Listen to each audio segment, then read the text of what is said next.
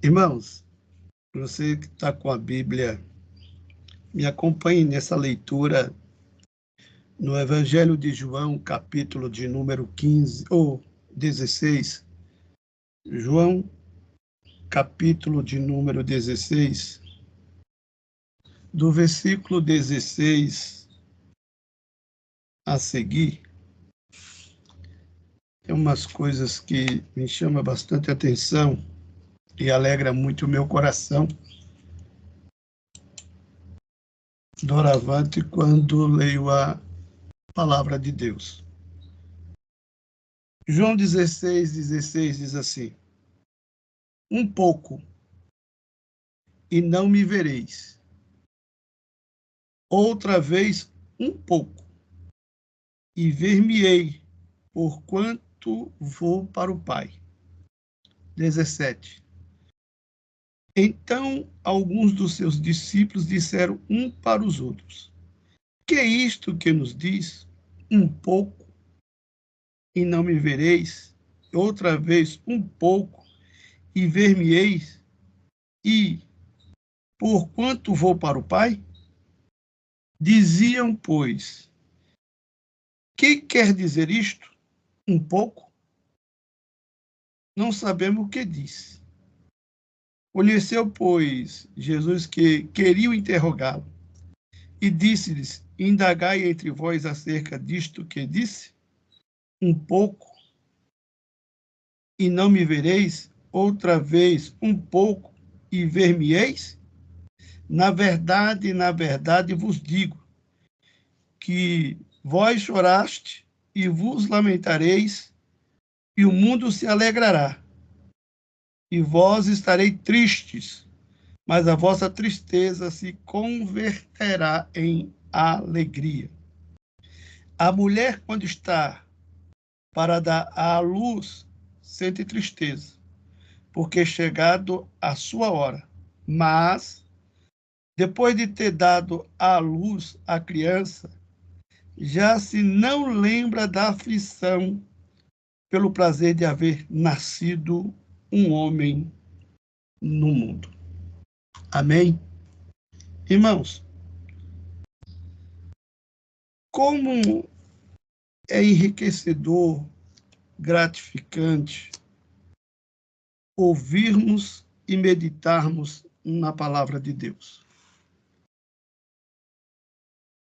Quem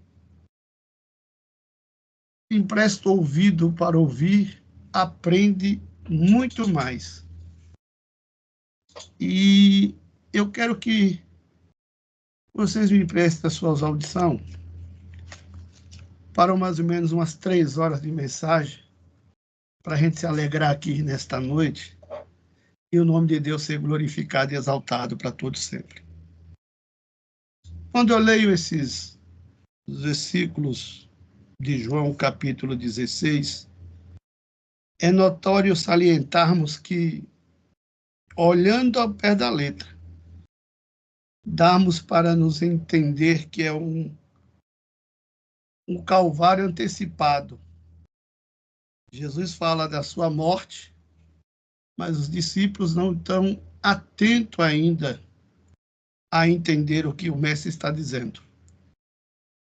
E os sofrimentos vividos por Jesus Cristo começaram bem antes da sua crucificação. Ao lermos os evangelhos, percebemos uma série de acontecimentos que anunciam a crucificação de Jesus. São um fato extremamente desgastante para o mestre. Mas, diante de tudo, o nosso mestre, o nosso Senhor, ele sempre se mostrou firme nas suas convicções, ações e posições para o que veio fazer na face da terra. Mesmo sabendo que estava nos momentos finais da sua vida e da companhia dos seus discípulos, Jesus sempre se manteve tranquilo, sem demonstração de ansiedade. ou expectativa pelos acontecimentos vindouros. É diferente de nós na atualidade. Nós, muitas das vezes, nos apresentamos em ansiedade por alguns fatos que irão preceder ou acontecer em nossas vidas. E se não dominarmos essa ansiedade, não veremos o melhor de Deus acontecer em nossas vidas. Então, o nosso mestre, ele nos ensina como cuidar desta ansiedade que muitas das vezes pernoiteia o nosso coração. E a ansiedade, muitas das vezes, ela te tira o sono,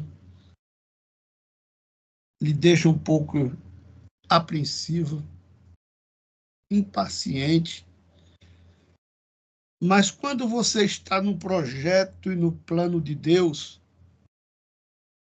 aguarde um pouco, porque aquilo que Deus tem falo e prometido a respeito da sua vida vai acontecer.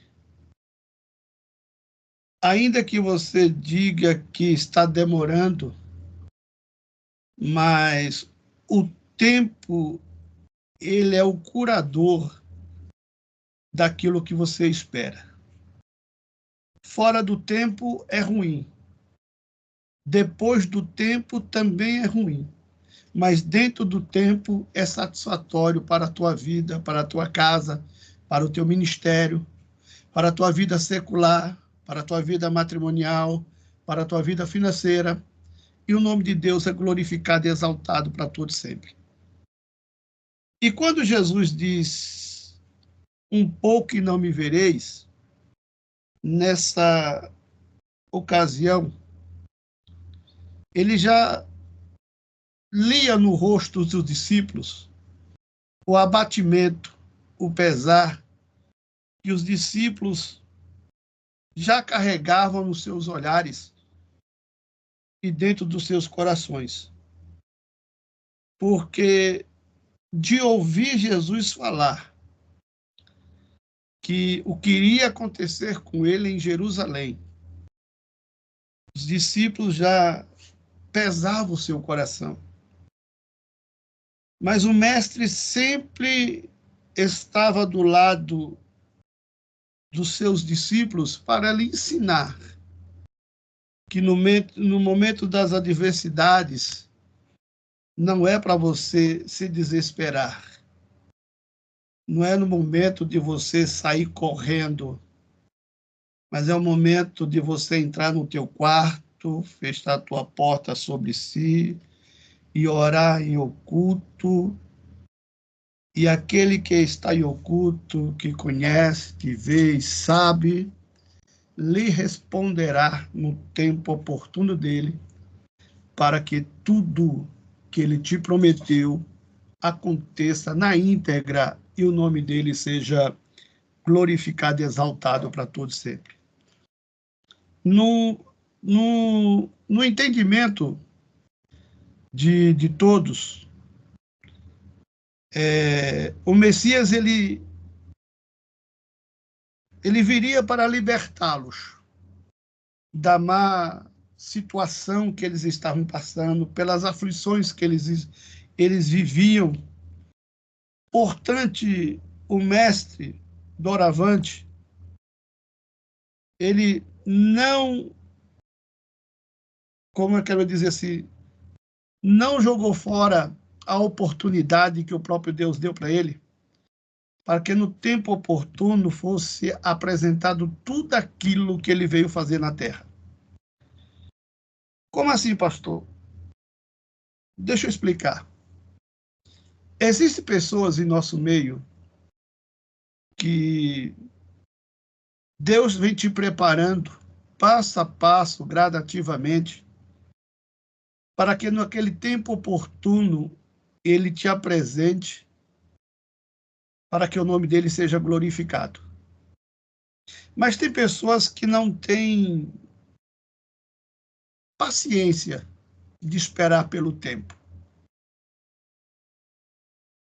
e pelo tempo demorar, nós queremos agir conforme a nossa vontade e a nossa maneira.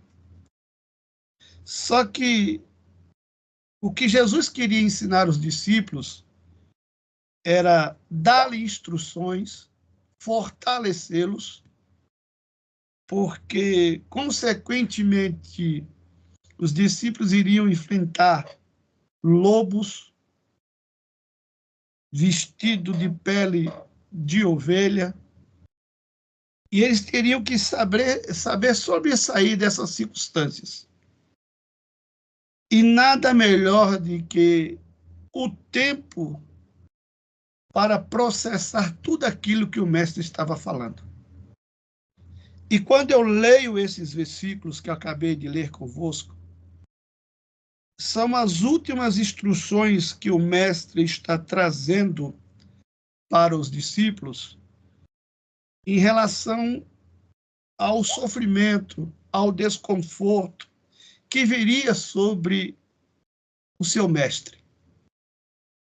E que os discípulos deveriam se manter de pé, fortes, ávidos, corajosos, não temerosos, mas sabendo que lá na frente seriam grandemente revestidos de poder para enfrentar uma gama de pessoas que viriam contra esta nova fase da vida dos discípulos. Deixa eu expressar algo que Deus colocou no meu coração. Eu estava nesses últimos dias a meditar a respeito de algumas pedras que se põem ao meio do caminho das nossas vidas. E existem pedras que elas já estavam no meio daquele caminho, ou na beira daquele caminho ao qual você vai percorrer. Mas existem pedras que serão colocadas neste caminho para lhe provar, para ver se de fato você foi transformado, se houve uma transformação genuína, plena de Cristo em sua vida. E quando eu começo a ver isto, essas instruções de Jesus Cristo, eu comecei a meditar a respeito dessas pedras. Existem pedras colocadas ao meio do caminho que são pessoas semi-preciosas, pessoas que, no decorrer do caminhar da tua vida, serão uma árvore frondosa, um braço estendido, um ombro amigo, fiel e companheiro. Mas existem outros que são pedras escondidas, que ainda estão sendo processadas, lapidadas, para serem encontradas de grandes estimas e valores. Como assim, pastor? Se nós olharmos para as pedras semi-preciosas que nós temos nas riquezas minerais, a opala, o ônix, a esmeralda, nós vamos encontrar muitas das vezes na flor da terra. Mas quando você tem um processo para ser em destaque, você está na profundeza, escondido em Deus. O diamante, para ser garimpado, ele precisa ser cavado. Quando é encontrado, ele mostra o seu valor. E na vida dos 12 discípulos, Jesus garimpou os 12. Eram pedras brutas, passaram a ser semi-preciosas e tornaram-se pedras preciosas. Na minha vida e na tua vida também somos assim. Éramos pedras brutas, fora da presença de Deus, regada de pecados, de orgias, prostituições, bebedice, avareza, drogas. Mas Deus, Ele olhou para mim e para você e disse: investirei nesta vida. E Ele investiu. Por mais que no decorrer da nossa trajetória nós falamos que não dá mais, não aguento mais, a prova é grande, vou parar, vou desistir. Se eu soubesse que ser transformado em vaso, ser transformado em cristão, passaria tanto processo desta forma, eu preferia ficar lá fora. Irmão, toda pedra para dar o seu valor, primeiro tem que tirar as lasquinhas que não servem. Tem que tirar aquelas partes que não têm valor nenhum, para depois serem lapidadas e apresentadas a um comprador. Nós fomos brutos, passamos pela lapidação e nos apresentamos como vasos de barro, mas com um conteúdo precioso muito grande dentro de nós, chamado Espírito Santo de Deus, na qual carregamos grandes responsabilidades do reino, para que o nome de Deus seja glorificado e exaltado para todos sempre. Mas o que tem a ver essa passagem, pastor? Eu estou falando que os discípulos também eram da mesma forma que nós éramos. Mas existem pessoas em nosso meio que são pessoas anônimas, que têm talentos que ainda estão encobertos, mas que daqui a pouco, Deus, alai que a sua eminência, tirará, vai desobstruir, porque você já foi garimpado por Deus. Então Deus vai desobstruir toda a situação que Ele está lhe enclausurando, para que você não veja o que Deus tem de grande importância na sua vida. Deus tirará e lhe colocará na flor da terra, lhe trará do anonimato para o holofote. Tu tem que brilhar, porque Deus lhe chamou para brilhar. Deus não lhe chamou para ficar debaixo de uma mesa.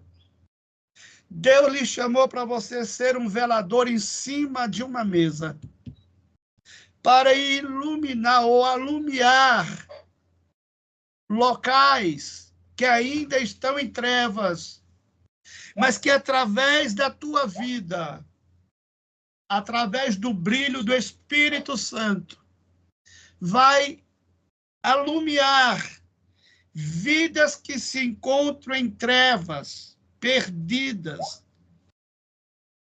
em total destruição, mas ouvindo o que o sal da terra pronuncia, lhe trará vida, lhe trará cura, lhe trará libertação, e o nome de Deus será glorificado e exaltado para todos sempre. E aí, eu chego nesse versículo e eu fico embabascado. Um pouco, e não me vereis. O Senhor, e aqui é meu, esse grifo meu. Ei, acontecerá algo, mas não é por muito tempo, é por pouco tempo. Ficareis dispersos, como ovelhas sem pastores. Alai, que sôria. Mas daqui a pouco, alá, baraçou, o sumo pastor chamará as ovelhas para o aprisco e estarão de volta no regaço, protegida, alabaxere andecóvia, aleluia, aonde tirarei o medo e lhe colocarei fortaleza, segurança, para que tudo aquilo que eu já tenho dito a teu favor e ao teu respeito acontecerá, e meu nome será glorificado e exaltado para todos sempre. Preparai, é só um pouco, Labacai. O processo é um pouco, a luta é um pouco, a tristeza é um pouco, mas eu estou chegando, Nai.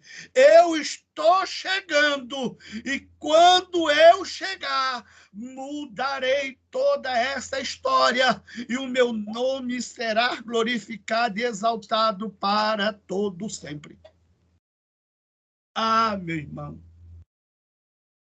como é bom. Como é bom esperarmos em Deus. Como é bom sabermos que Deus agirá em nosso favor. E o nome dele será glorificado e exaltado para todos sempre. Nessa sessão do seu discurso, Jesus vai dirigir o seu olhar mais além dos momentos presentes que aqueles discípulos estão vivenciando, rumo a uma nova era que virá sobre a tua vida. Às vezes nós estamos vendo provas, lutas, decepções, apontes, calúnias, mas Deus está dizendo: ei, eu estou muito além do momento presente que tu está passando agora. Eu tenho um rumo novo, uma história nova, uma era que virá sobre a tua vida, aleluia, de grande nostalgia, que o meu nome será glorificado e exaltado para todos sempre, através dos teus lábios. Ah, meu irmão. Tem coisas que Deus complica e nos complica, e achamos que não tem saída, para depois ele descomplicar tudo, te explicar tudo, porque o processo foi, porque este momento tu teve que passar, porque as circunstâncias do que você está enfrentando tinham que vir sobre a sua vida, porque ele está dizendo para mim e para você, você é um vaso precioso, vaso de barro, vaso de barro maleável, porque a hora que eu quiser mudar a forma do vaso, eu mudo. A hora que eu quiser colocar de uma forma sobre a mesa, eu colocarei. Porque tu está sendo, dia após dia, moldados por Deus para o melhor de Deus que está por vir sobre as nossas vidas. Ah, meu irmão. Se olharmos para as ações do tempo do judaísmo, nós vamos entender que o judeu já dizia algo que era tremendo. Eles criam que o tempo era dividido em duas idades. A era atual e a era que estava por vir. A era atual era completamente má, como é hoje. e estava condenada. Estão ouvindo bem? Os judeus pensavam assim: há dois tempos. Há dois tempos, um atual e um vindouro. O atual é uma geração má, perversa, pecaminosa. É o que nós estamos vendo hoje. Uma geração que não respeita mais pai e nem tampouco mãe. Uma geração que perdeu os princípios de Deus. E muitos já perderam o temor do Senhor. E esta época atual, ela também já está condenada. Mas os judeus também criam que viria uma época vindoura, uma época da idade de ouro de Deus, um governo perfeito. É o que nós esperamos também, esse governo perfeito, porque Paulo mesmo já diz a respeito disso para nós. Ele diz algo que me chama a atenção em Coríntios, capítulo 15. Aqueles que ficarem, seus corpos serão transformados. Olha o que é que ele diz.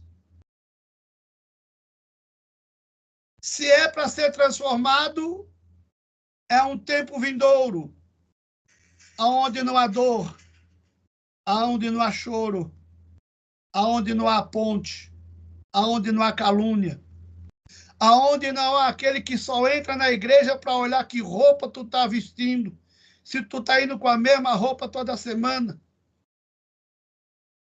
para ver se você comprou na grife ou se comprou no brechó. Essa época é má, mas a época vindoura está preparado para ti, está preparado para nós. Mas eu quero falar desta época vindoura dentro do tempo atual. Mas qual é?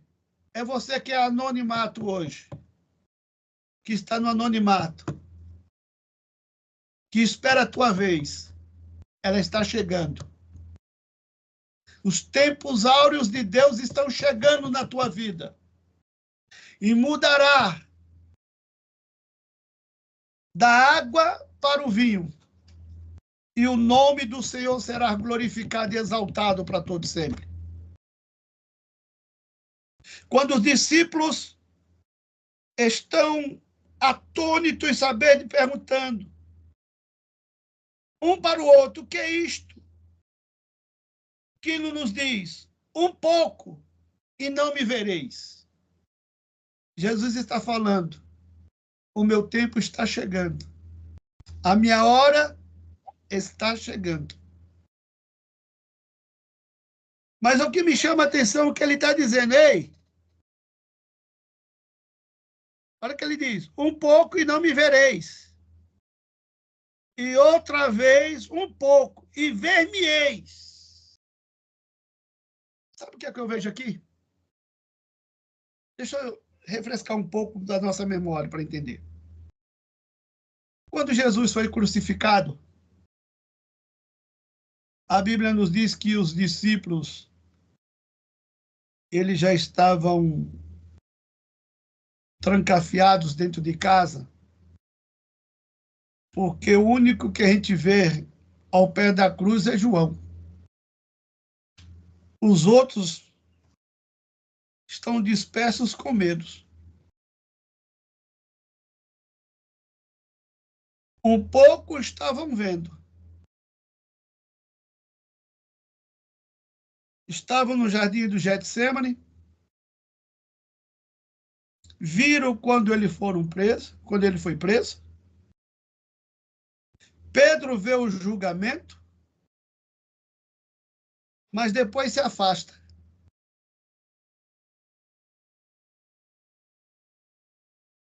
Devido ao que aconteceu com o mestre, há um grande medo no coração dos discípulos.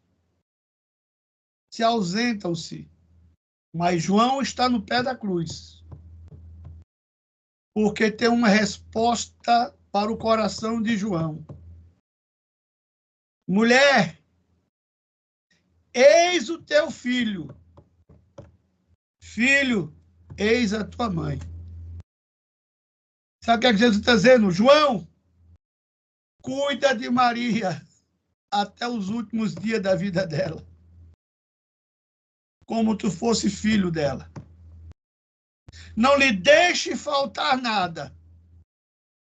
Faça tudo por onde ela merecer, porque eu tenho coisas grandes para o teu ministério, João. 3 dias depois, ver-me-ei outra vez. Jesus se apresenta no meio dos discípulos e diz: paz seja convosco. Mas na hora de apresentar de Jesus, nem todos estão presentes. Quando Jesus quer mudar a história, nem todos estão presentes. Quando inicia-se uma campanha, todo mundo está junto. Mas no decorrer da campanha, quase todos se afastam. Aí quando Jesus volta para se apresentar como no início da campanha, para o meio da campanha, aí pergunta: cadê Eline? Cadê Célia? Cadê Glauber? Onde é que estão? Ah, a luta foi grande, a prova foi demais. Eles foram refrescar ali um pouco com a brisa. Mas aí daqui a pouco estão de volta. Mas não era o lugar de sair, era o lugar de permanecer. O único que não está presente é Tomé.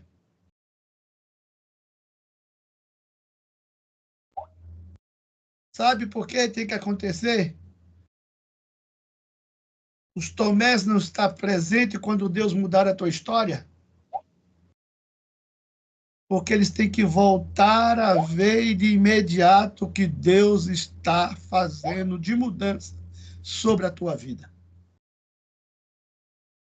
Não, eu não creio. Eu só creio se eu colocar a mão. É a mesma coisa. Deus mudará a tua história no primeiro estágio, mas o Tomé que não acreditou que você mudou, vai ver no segundo estágio muito maior do que o primeiro, do que Deus está fazendo e lhe proporcionando para você glorificar e exaltar o nome santo do Senhor. Um pouco só. Não se precipite. Não mude a estratégia. Permaneça-se de pé na tua torre de vigília. Porque daqui a pouco, aquele que te prometeu mudanças está chegando lá, Baracaia Súbia, trazendo a recompensa para a tua vida. E o nome dele ser glorificado e exaltado para todos sempre. Te prepara. Virá um questionamento: por que mudou o que ele prometeu? Por que ela está assim? Porque Deus já falou que iria fazer. Se prepare. Eu quero ser profeta nesta noite. Ou melhor, eu quero usar o dom de profecia nesta noite. Que profeta só foi até João. Deixa eu usar aqui meus lábios proféticos para a tua vida. Eu quero profetizar que a partir do dia 21 deste mês, eu quero profetizar que a partir do dia 21 deste mês, pessoas que estão nesta vigília hoje, na vigília de oração, irá testemunhar que no dia 27 deste mês, no decorrer de uma semana, testemunhará da grande mudança que Deus está trazendo para a vossa vida. Mudança financeira, mudança espiritual, novas estratégias para o teu ministério, conquistas, documentos assinados em teu favor. Como escute, como o rei Artaxerxes fez para Neemias, Deus lhe dará carta em branco. Só tem a assinatura dele, mas está em branco. Para quem tu apresentar essa carta, atenderá a tua petição, vendo o nome daquele que tu serve, chamado Jesus Cristo. Aleluia! Aquele que vive para todo sempre. Para me finalizar nesta noite, alegra-te o teu coração, porque as últimas instruções que Deus já tem falo e já tem dito por cada mensagem pregada dia após dia, é para você se enriquecer. É para você ter certeza de que Deus não esqueceu da promessa que ele fez contigo. Que ele continua de pé, contando contigo e confiando em você. Deus te dê força nesta noite. Coragem, aptidão naquilo que você está querendo fazer. Que você venha ser uma pessoa sisuda em palavra. E o nome de Deus seja glorificado e exaltado para todos sempre. Torno a dizer um pouco. E Deus está chegando e mudará toda a tua história e o nome dele será exaltado para todos sempre. Quero externar meu agradecimento por esta oportunidade de expressar o que Deus colocou no meu coração para o vosso coração. Um pouco. E vereis a diferença que Deus fará em vossas vidas. Que Deus abençoe a todos e a paz do Senhor.